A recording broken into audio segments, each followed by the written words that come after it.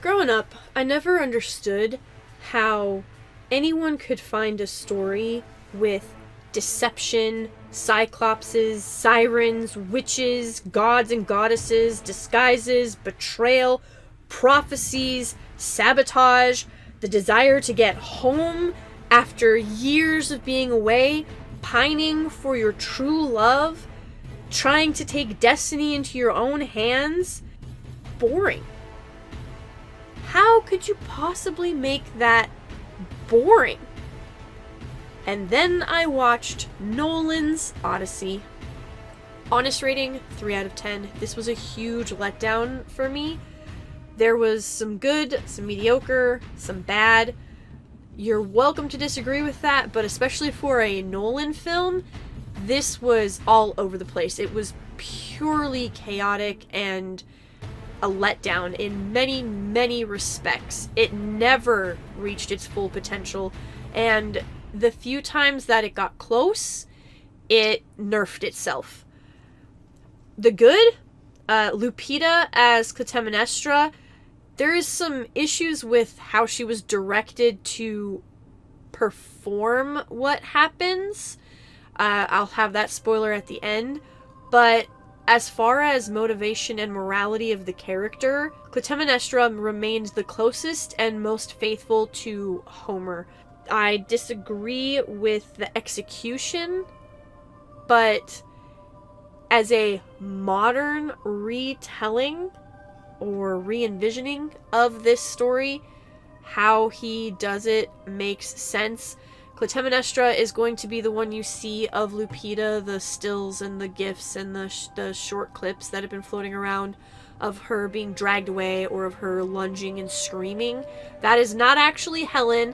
That is her twin sister, who is not supposed to actually be her twin sister, Clytemnestra. The other thing that Nolan, I felt, did well, very well, was the statue of Athena in the heart of Troy.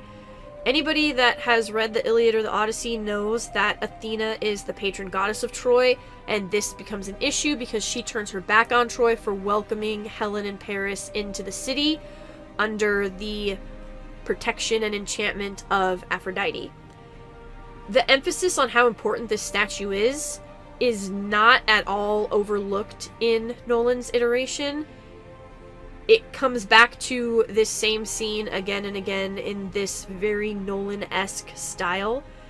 And what happens to the statue is that it is desecrated and beheaded when Odysseus allows the Greeks to flood into the city of Troy.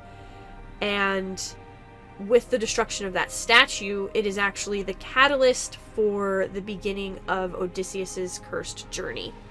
That part is very much made clear. I feel other iterations either completely overlook this or brush past it and barely give it its due, because that is truly what was the flip of the switch for Athena, because even though she was the patron goddess of Troy, she was on the side of the Greeks and she was helping them.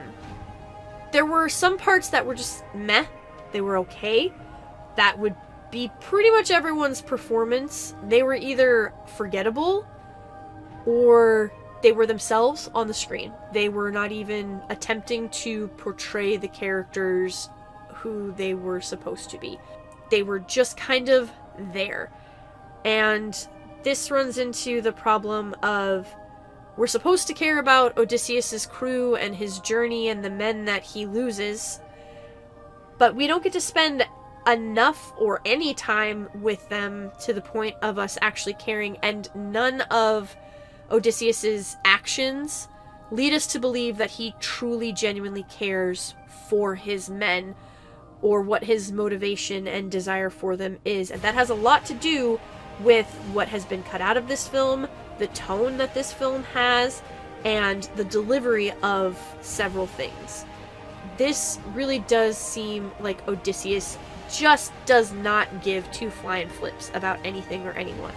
The way the movie is shot, this is one of Nolan's shining Everybody talks about how beautiful Nolan films are. This is by far his weakest shot film. It is dull, it is lifeless, it is nowhere near as epic and breathtaking as we are used to seeing from Nolan. It was just there. It was devastating to actually witness what mediocrity from Nolan looks like. I just couldn't believe that this was a Nolan shot film. It was definitely edited a certain way, which we'll get to in a second. The shooting of this film was nowhere near as gorgeous as we are used to seeing.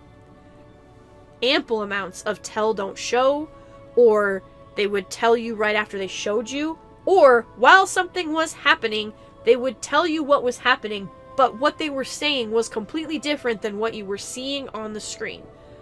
I returned to Clytemnestra with Agamemnon, and the dialogue is either really flat or uninspiring, or it's just bad. There's literally an F-bomb that gets dropped in ancient Greece. And this is actually so ancient, we're actually not in ancient Greece. We are in proto-Greece, which means what will become Greece. So this is even before Greece is united as Greece. It's wild that this is where we are.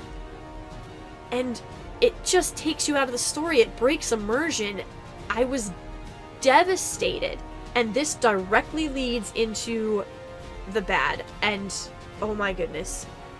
The most atrocious sound mixing you have ever heard. If I were to compare it to something, it would be like being on a telephone call with someone and you start inside. And then you have to go outside in 50-mile-an-hour winds and make it to your car. And so you're having to shout into the phone, and you have the phone pressed really hard against your ear, and you can kind of hear what's going on, but you're only catching every other word that your friend is saying on the other end. And then you get to the car and you shut the door, and now you can hear them better, but your ears are still ringing from the wind, so you can't quite hear them clearly. So you start up the car, and now you've got the background noise of the car sort of interfering, but you can kind of hear what's going on, and it's much better than it was outside. But then you get to your next destination, you got to get out of the car, you're back out in the wind, you can't hear anything. You walk into the building that you're going to next, and there's people milling around and talking and kind of distracting, but you can definitely hear better. Your ears are still kind of ringing, but you're out of the wind, and now you can kind of hear, and you're exchanging the conversation, and now neither of you has to yell anymore. It's that cycle on repeat throughout this entire film. It is atrocious. There has got to be something that this man can do, because I cannot believe what I was hearing. My ears hurt leaving that film. It was awful.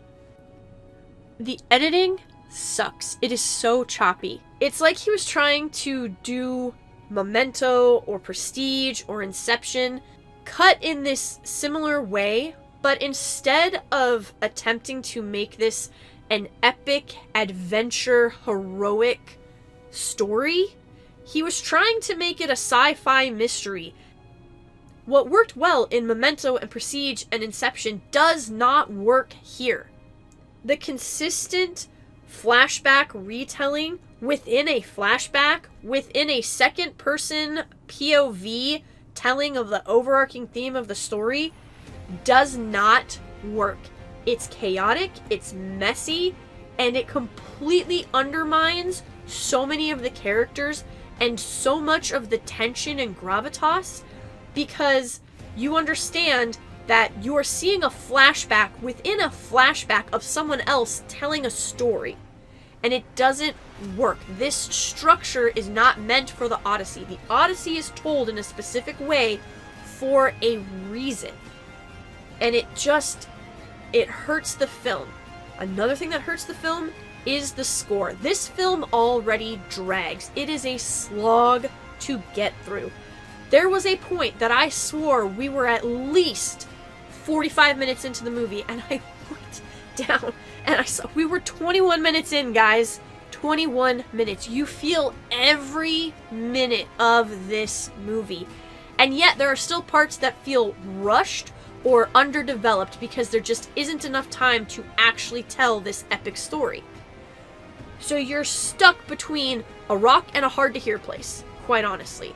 The score does not help at all. I think what Nolan was going for with the drum and the weird, I don't know if it's like scratching on a tambourine or whatever it is.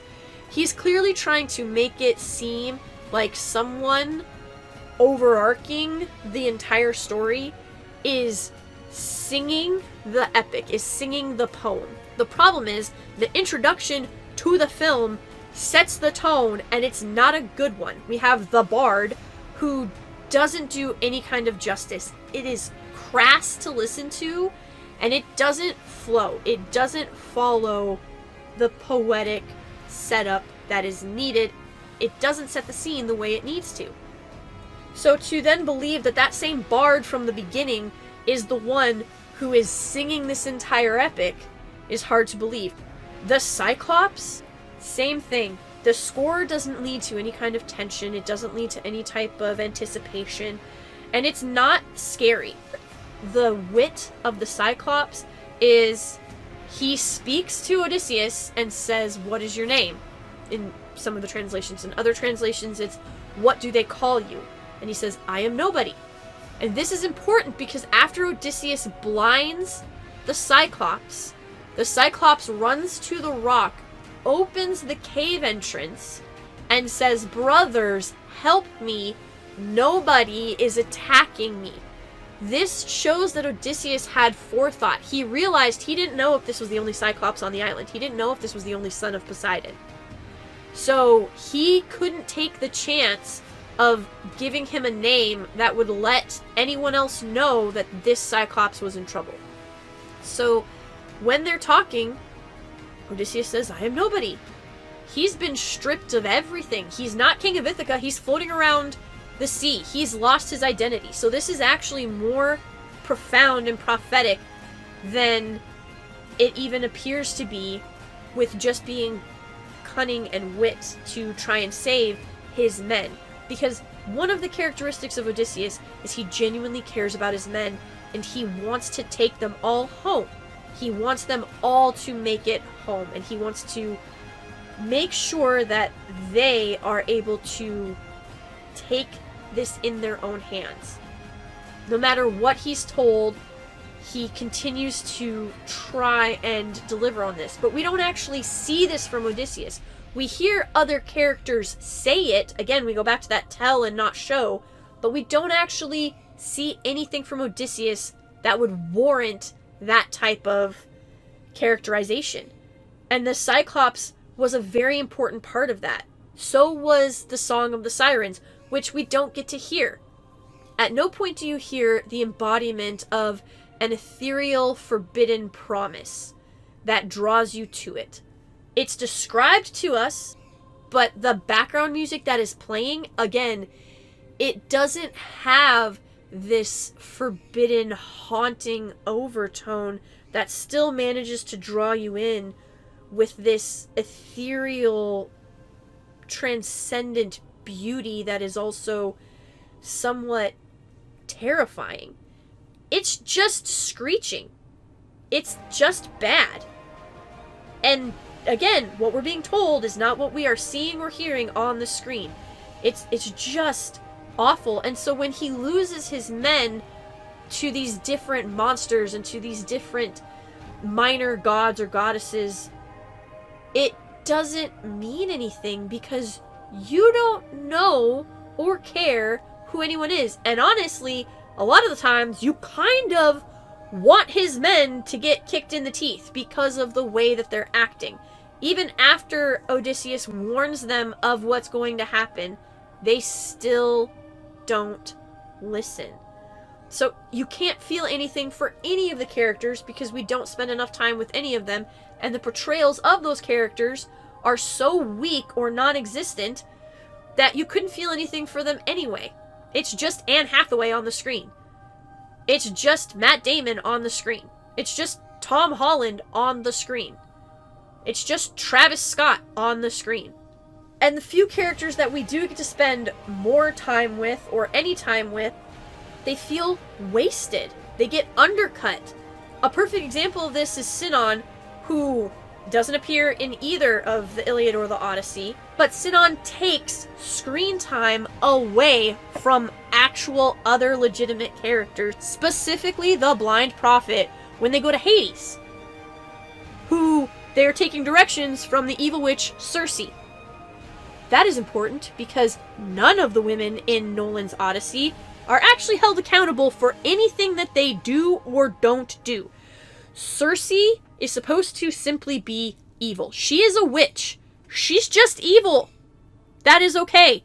But not in Nolan's Odyssey. No. Nope.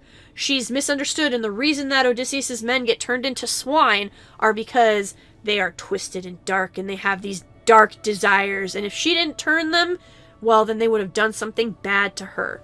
And so we're supposed to feel, like, sympathy and empathy for her. No, bro, she's just evil. That is okay. Evil does exist. It is okay to call something that is evil, evil. That is fine. Nope. To-SSEY is just misunderstood and wounded and damaged.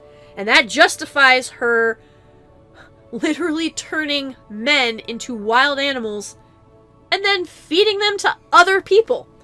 Yeah, that's sane right there. Then you've got Anne Hathaway, who portrays Penelope, and we destroy Penelope's character, who is a loyal, dedicated wife and mother, and she is devoted to everything that she and her husband believed in and built, and she is devoted to the people of Ithaca. So Anne Hathaway, who is just Anne Hathaway, yells in her son's face about how the throne isn't empty. She's been sitting on that throne all these years, and all her years of experience apparently don't mean anything to, I couldn't understand if she said whiskers or stubble or whatever it was, on your chin. And she's yelling at her son, her and Odysseus' son, as she has this rant, as she has this feminist breakdown. Because why is it the men? What, that throne is not empty. I have been sitting there. That is not Penelope. Penelope is not envious. Penelope is not power hungry. She is devoted and loyal, and she has never lost faith in her husband. But that did not come across the screen at all. Helen literally sits at the dinner table in Sparta with Telemachus, who is played by Tom Holland. And of course, Telemachus is asking about his father because Menelaus, who is the king of Sparta and the brother of Agamemnon, was there. And Menelaus says, after our glorious victory, and Helen is like, oh yes, glorious victory. And he's like, look, the face that launched 1,000 ships. And then he makes a joke about, well, really more 500 now because she's got a scar on her face. Never goes into how that got there. That ain't in the book. And Helen says, I was just the excuse that your brother used to enslave and brutalize the world. Completely gaslights everyone into what actually happened. Now, to be fair, Helen was a victim of the goddesses of Athena, Hera, and Aphrodite, who were fighting over a golden apple that said to the fairest that the goddess of chaos, Eris, dropped on a table at a wedding banquet that she wasn't invited to. The three of them fought over it. They let Paris make the decision. Aphrodite won because she promised him a wife as beautiful as she, Aphrodite herself, was. And that ended up being Helen, who was already married. Paris was already married. That didn't matter. But nobody talks about that. That isn't brought up at all. And you don't hear hide nor hair of any of the other goddesses in this iteration at all. Calypso feeds Odysseus lotus leaf and claims it's because they were happy and they were in love, even though she knew that that wasn't true, so she literally kept him captive on the island. The best and worst part of this film is the slaying of the suitors. Outside of this being what we have been waiting for, this film has felt like you have been dragged to this point, and okay, here is the payoff, this is going to be epic. Every time that there was a moment, this could have been incredible, or foreboding, or the tension could have been there. It isn't. They don't spend any time on it. We don't care about anything that's happening. It's chaotic. At no point is there a feeling of satisfaction or justice. Even when Matt Damon, who is called Odysseus in this film, looks at Robert Pattinson, or however you say his name, who is supposed to be playing Antinius and says, as long as I kill you. There's really nothing behind any of it. It just feels obligatory. The whole scene feels obligatory, and not like anybody's actually fighting for their life, or that anybody cares about the outcome, or that anybody even wants the throne of Ithaca or Penelope. And then we have the moment that very much breaks all immersion and destroys the idea that you are watching an epic come to life on the screen. Tom Holland could have said father, he could have said Odysseus, he could have said my king, he could have said husband of Penelope. I would have taken any of those. Instead, he says dad. This moment is as bad as the F-bomb that gets dropped earlier in the film. It just destroys everything around it in the scene. It's awful. It is terrible. And it deflates all of the tension and all of the anticipation in the scene, which was already struggling. I never thought a word that usually has such emotion and such attachment and true connection in modern day would utterly destroy a scene in a film. But apparently, it can. Add that to the incredible lines of dialogue such as, I think it's time we went on an odyssey, and I'm the reason the Bronze Age is destroyed. These are real lines of dialogue in this film. It's not called an odyssey yet because this type of journey is literally named after him, and he hasn't finished it yet.